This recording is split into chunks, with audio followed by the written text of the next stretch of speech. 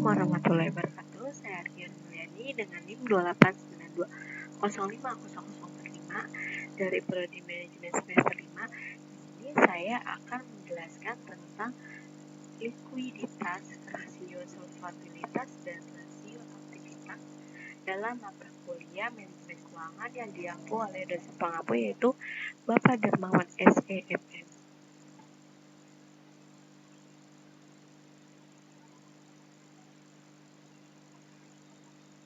Tujuan manajemen keuangan, maksimalisasi profit. Yang perlu diperhatikan adalah pertama, profit jangka pendek atau profit jangka panjang. Kedua, jumlah profit atau tingkat profit. Maksimalisasi kemakmuran pemegang saham melalui maksimalisasi nilai perusahaan. Artinya, semakin tinggi harga pasar saham, semakin tinggi kemakmuran pemegang saham dan nilai perusahaan semakin meningkat.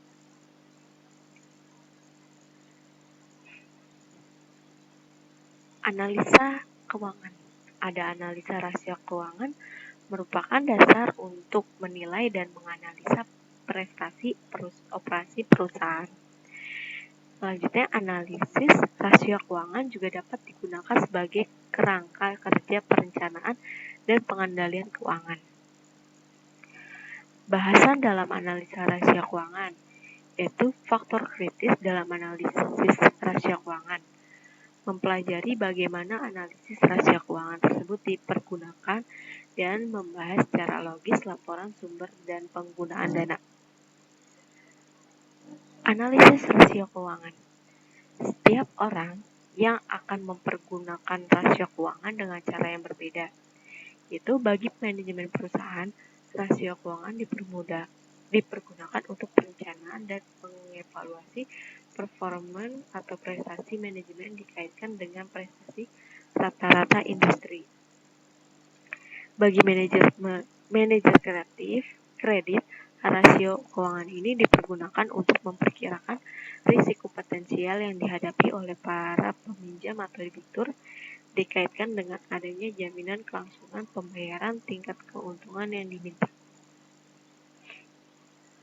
Para investor akan mempergunakan rasio keuangan ini sebagai alat untuk mengevaluasi nilai saham dan obligasi berbagai perusahaan. Selain itu juga dapat dipergunakan untuk mengukur adanya jaminan atas keamanan dana yang akan ditanam di dalam perusahaan.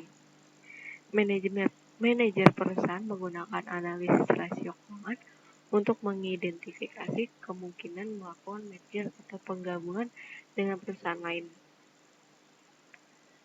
Analisis rasio keuangan biasanya dikelompokkan dalam 4 kelompok, yaitu rasio likuiditas, leverage ratio atau solvabilitas, rasio aktivitas, dan rasio profitabilitas. Rasio likuiditas mengukur kemampuan perusahaan untuk memenuhi kewajiban keuangan jangka pendek tepat pada waktunya. Current ratio adalah rasio antara aktiva lancar dibagi dengan utang lancar. Rasio ini merupakan alat ukur bagi likuiditas atau solvabilitas jangka pendek. Aktiva lancar meliputi kas, surat berharga, piutang, dan persediaan.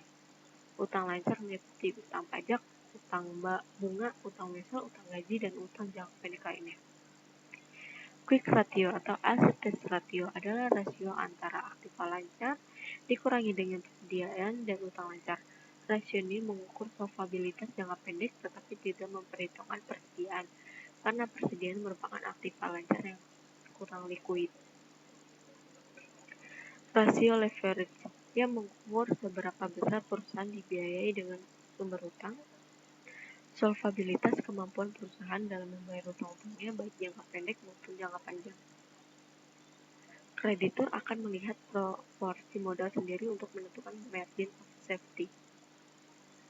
Bagi pemilik perusahaan, pemenuhan kebutuhan dana dengan menarik utang akan memberikan manfaat, yaitu kontrol perusahaan tidak berkurang.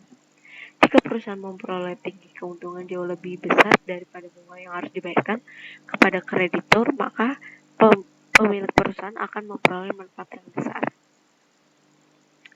Debt to total asset ratio mengukur prestasi total dana yang dipenuhi atau dibiayai dengan utang.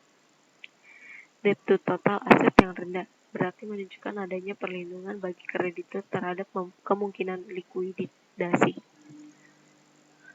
Pemilik mungkin akan mencari atau menentukan suatu leverage yang tinggi untuk menaikkan tingkat keuntungan atau karena menambah modal sendiri berarti akan mengurangi tingkat pengendalian perusahaan. Time interest ratio atau adalah rasio antara laba sebelum bunga dan pajak EBIT dengan beban bunga yang mengukur seberapa besar keuntungan dapat berkurang atau turun tanpa mengakibatkan adanya kesulitan keuangan karena perusahaan tidak mampu membayar bunga. Fixed charge coverage adalah rasio antara laba sebelum bunga dan pajak ditambah pembayaran sewa dengan beban bunga dan pembayaran sewa. Rasio ini mengukur kemampuan perusahaan untuk membayar beban tetapnya berupa bunga dan sewa. Cash flow coverage adalah resiko antara aliran kas masuk dengan beban tetap setelah ditambah dengan dividen saham preferred dan pembayaran angsuran utang atas dasar sebelum pajak. Rasio ini mengukur kemampuan perusahaan untuk memenuhi kewajiban kas. Karena depresiasi merupakan non-cash expense, maka harus ditambahkan ke dalam cash inflow. Rasio aktivitas mengukur sejauh mana efektivitas perusahaan dalam menggunakan sumber dayanya yang termasuk dalam rasio aktivitas, yaitu perputaran persediaan, rata-rata periode pengumpulan piutang, perputaran aktiva tetap, perputaran total aktiva, perputaran persediaan yaitu rasio antara harga pokok penjualan atau penjualan dengan rata-rata persediaan yang mengukur efisiensi penggunaan persediaan. Perputaran persediaan yang tinggi menunjukkan bahwa perusahaan tidak mempertahankan persediaan yang berlebihan. Pola tersebut perlu disesuaikan apabila usaha perusahaan sangat dipengaruhi oleh faktor musim atau seasonal atau sangat berfluktuasi dari waktu ke waktu dalam satu periode tertentu. Rata-rata periode pengumpulan piutang atau average collection period adalah rasio antara piutang dengan penjualan per hari. Rasio ini mengukur efisiensi dalam pengumpulan piutang perusahaan dengan membandingkan persyaratan penjualan yang telah ditentukan. Penjualan per hari sama dengan penjualan selama 1 tahun dibagi dengan 360 hari.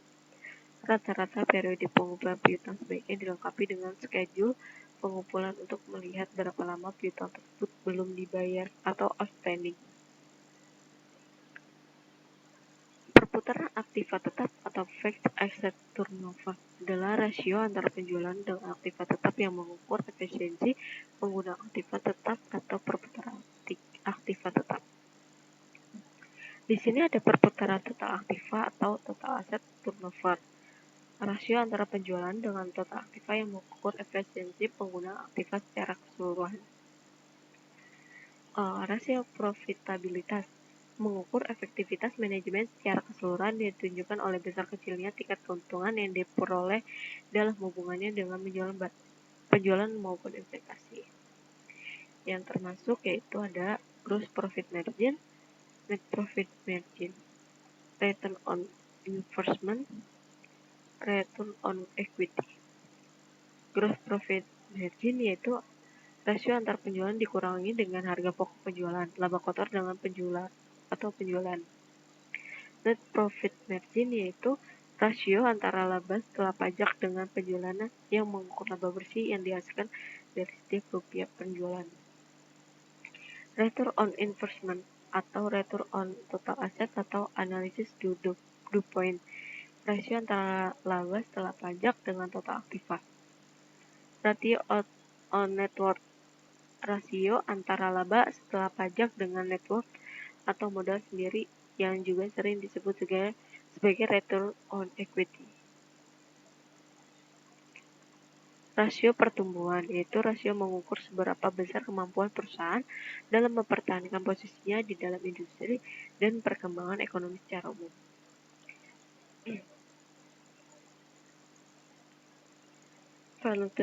Valuation ratio, rasio yang mencerminkan kombinasi pengaruh resiko. Di sini ada 4 kelompok rasio keuangan, yaitu current ratio, quick ratio, dan cash ratio. Leverage ratio yaitu debt to total asset, total uang atau total aset. Debt to equity ratio, total utang. Times interest burden, laba sebelum bunga dan pajak. Fixed charge coverage, laba sebelum bunga dan pajak. Cash flow coverage, aliran kas masuk, depresiasi atau beban tahap plus dividen saham preferen. Rasio aktivitas, perputaran persediaan harga pokok penjualan atau rata-rata persediaan. Rata-rata periode pengumpulan piutang sama dengan piutang atau penjualan kredit atau 360 hari. Perputaran aktiva tetap penjualan atau aktiva tetap neto. Perputaran total aset atau penjualan bagi total aset. Rasio profitabilitas, gross profit margin, penjualan dikurang harga pokok penjualan dibagi penjualan.